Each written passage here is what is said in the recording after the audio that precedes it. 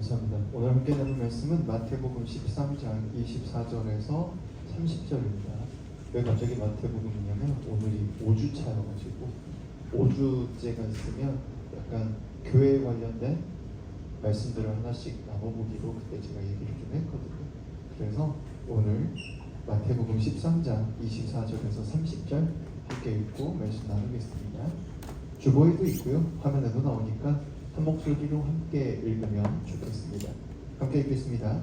예수께서 그들 앞에 또 비유를 들어 이르시되 천국은 좋은 씨를 들밭에 뿌린 사람과 같으니 사람들이 잘 때 그 원수가 와서 곡식 가운데 가라지를 덧뿌리고 갔더니 싹이 나고 결실할 때에 가라지도 보이거늘 집 주인의 종들이 와서 말하되 주여 밭에 좋은 씨를 뿌리지 아니하였나이까.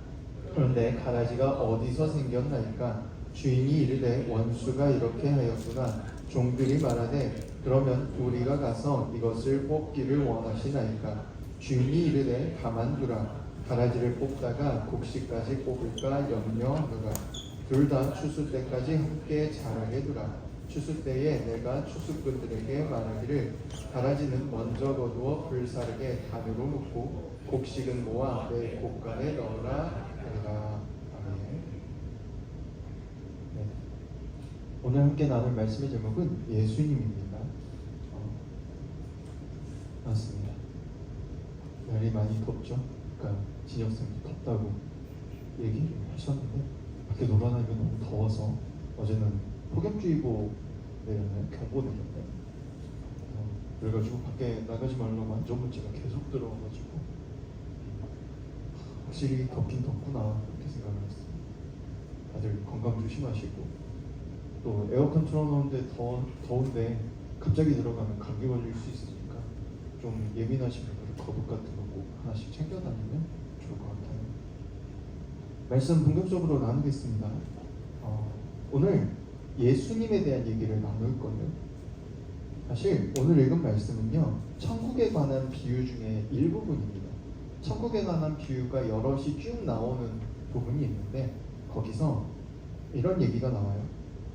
24절 보면은 예수께서 그들 앞에 또 비유를 들어 이르시되 라고 비유를 시작하면서 천국은 좋은 씨를 제밭에 뿌린 사람과 같으니 이렇게 시작합니다. 이걸 잘 기억해야 돼요. 이걸 가지고 뒤를 읽어야 내용이 안 헷갈립니다. 무슨 얘기냐면 내용이 이렇게 나와요.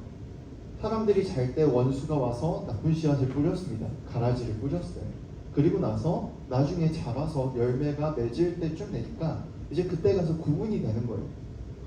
분명히 좋은 씨만 뿌렸다고 했는데 우리 주인이 좋은 씨만 뿌렸다고 했는데 왜 가라지가 섞여 있지?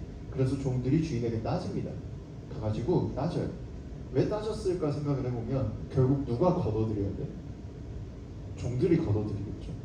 주인이 씨를 뿌렸는데 걷어들이는 건 종들이 할 거란 말이에요. 그러니까 화가 난 거야.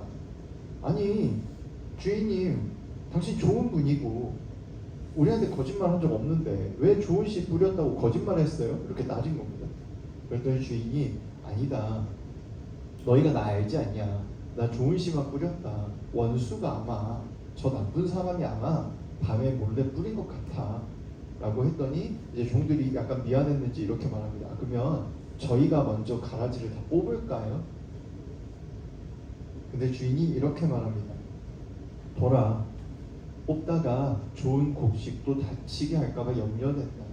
같이 뽑을까봐 염려되니까 추수 때까지 놔두고 내가 너희 안 시키고 추수꾼들을 새로 고용을 해서 그들에게 이걸 거두게 할 텐데 그때 가라지를 먼저 뽑아서 치우게 하고 곡식은 모아서 곡간에 들이게 하겠다 이렇게 말을 하는 거예요.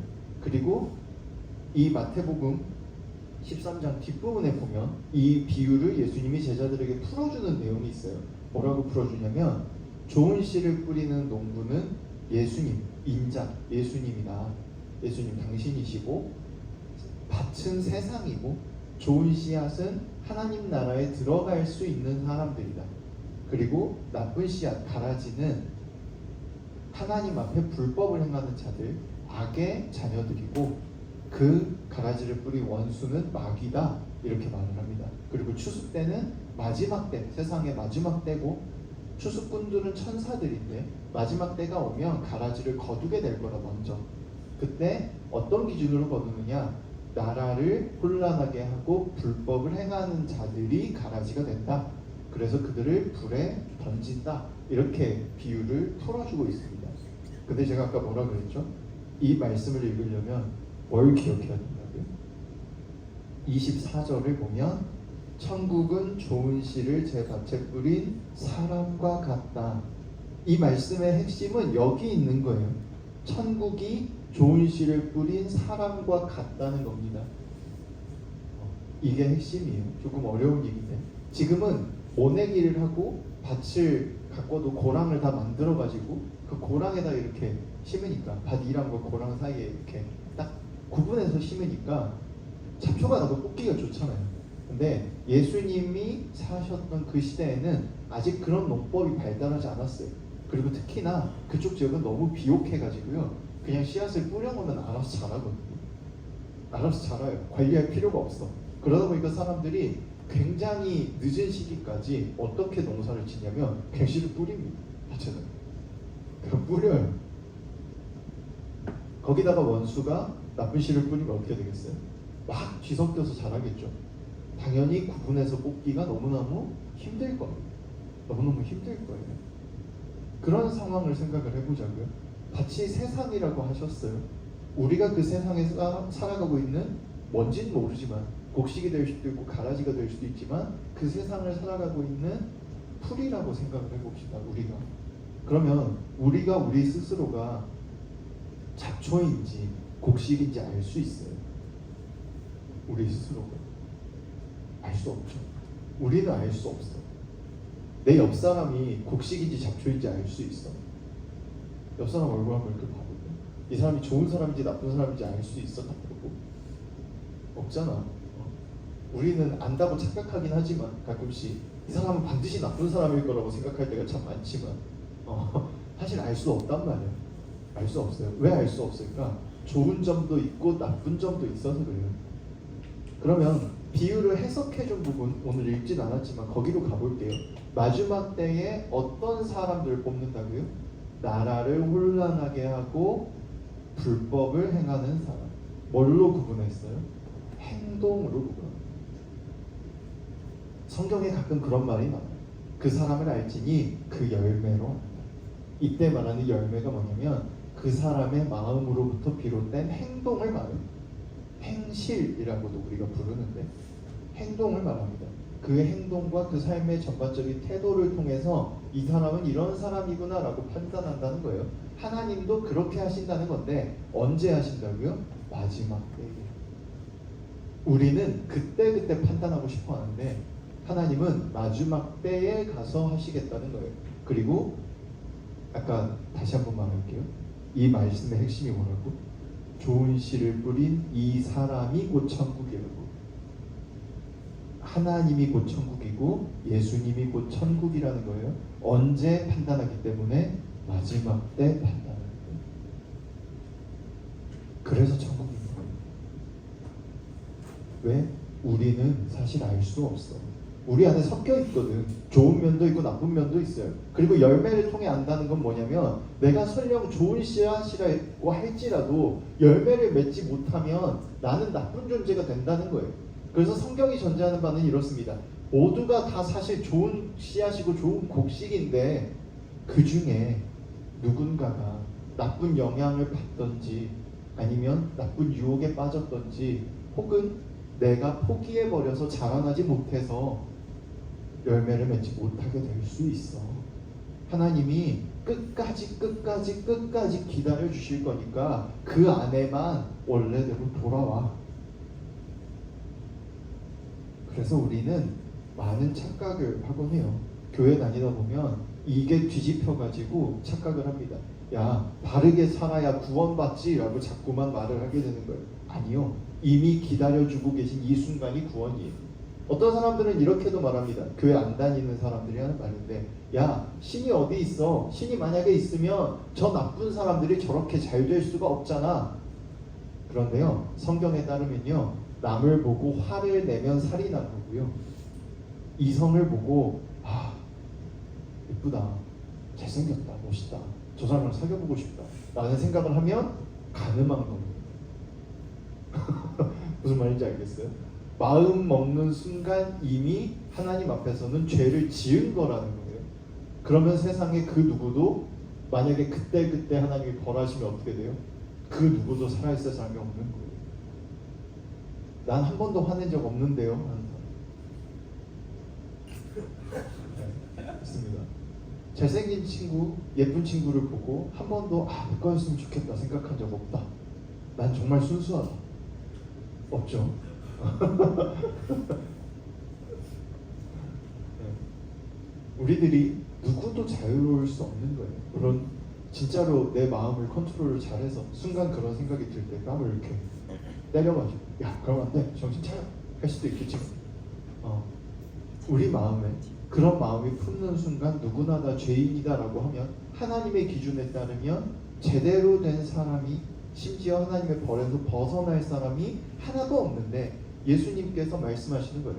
마지막까지 유보해 줄게, 마지막까지 기다려 줄게, 그리고 그 마지막에 네가 살아온 길을 통해서 너를 판단해 줄게. 그러니까 지금 회개해, 그러면 용서해 줄게. 마지막에 열매 맺으면 용서해 줄게. 지금 돌아와. 그리고 그게 복이고 그게 천국이라는 겁니다. 이걸 우리가 기억해야 합니다. 성경이 말하는 복은 사실은 막 내가 돈을 많이 벌고 내가 막 성공하고 이런 걸 말하는 게 아니에요. 물론 그런 복을 주실 때도 있어요. 그런데 성경이 말하는 복은요, 이런 찬양이 있거든요. 주님과 함께하는 것이 복이라. 성경 말씀을 그대로 적은 거예요. 성경이 말하는 복은 주님이 나와 함께함을 깨닫는 거예요. 이 세상 속에서 내가 얼마나 소중한 존재인지 깨닫고, 내가 얼마나 아름다운 존재인지 깨닫고, 내 옆에 있는 사람이 얼마나 아름답고 소중한지 깨닫고, 내가 더 열심히 살고 옆 사람을 위해서 도울 수 있는 것, 함께 살아가는 삶을 사는 것, 진짜 행복을 만들어가는 것, 하나님의 사랑을 통해서 그것을 깨닫고 용기를 얻는 것. 세상 사람들은 우리를 향해서 야 그렇게 사는 거 바보 같은 거야 말할지 모르지만, 그럼에도 우리가 끝까지 그렇게 살아갈 수 있는 힘을 얻는 것, 그걸 성경은 복이라고 합니다.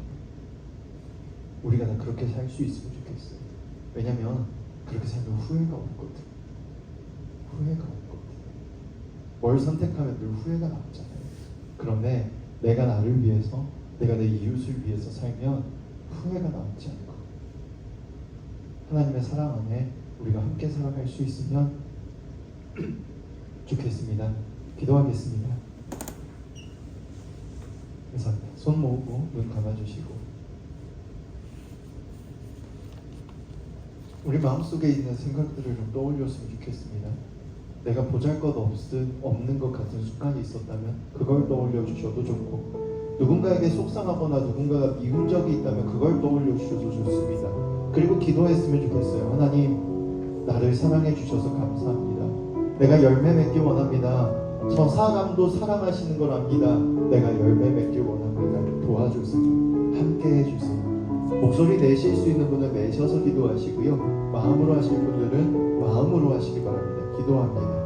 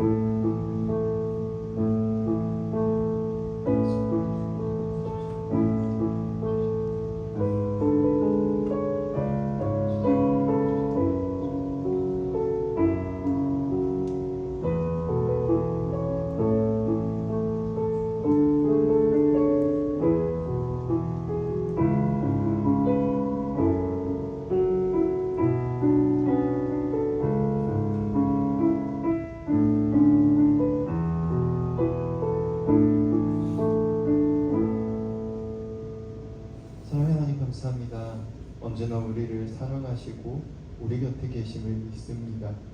우리에게 너는 내 소중한 딸이다, 너는 내 소중한 아들이다 말씀해 주시는 것을 믿습니다. 그 음성을 들을 수 있길 원합니다. 용기를 얻기 원합니다. 행복하게 살 수 있길 원합니다. 그리고 또 내 곁에 있는 누군가에게도 그것을 나눠줄 수 있길 원합니다. 친절과 따뜻함, 사랑을 나누며 살 수 있길 원합니다. 함께 살아갈 수 있길 원합니다. 후회하지 않는 삶을 살 수 있길 원합니다. 도와주세요. 오늘 우리와 함께 해주세요. 언제나 우리를 인도해 주시는 줄 믿으며 예수님 이름으로 기도합니다.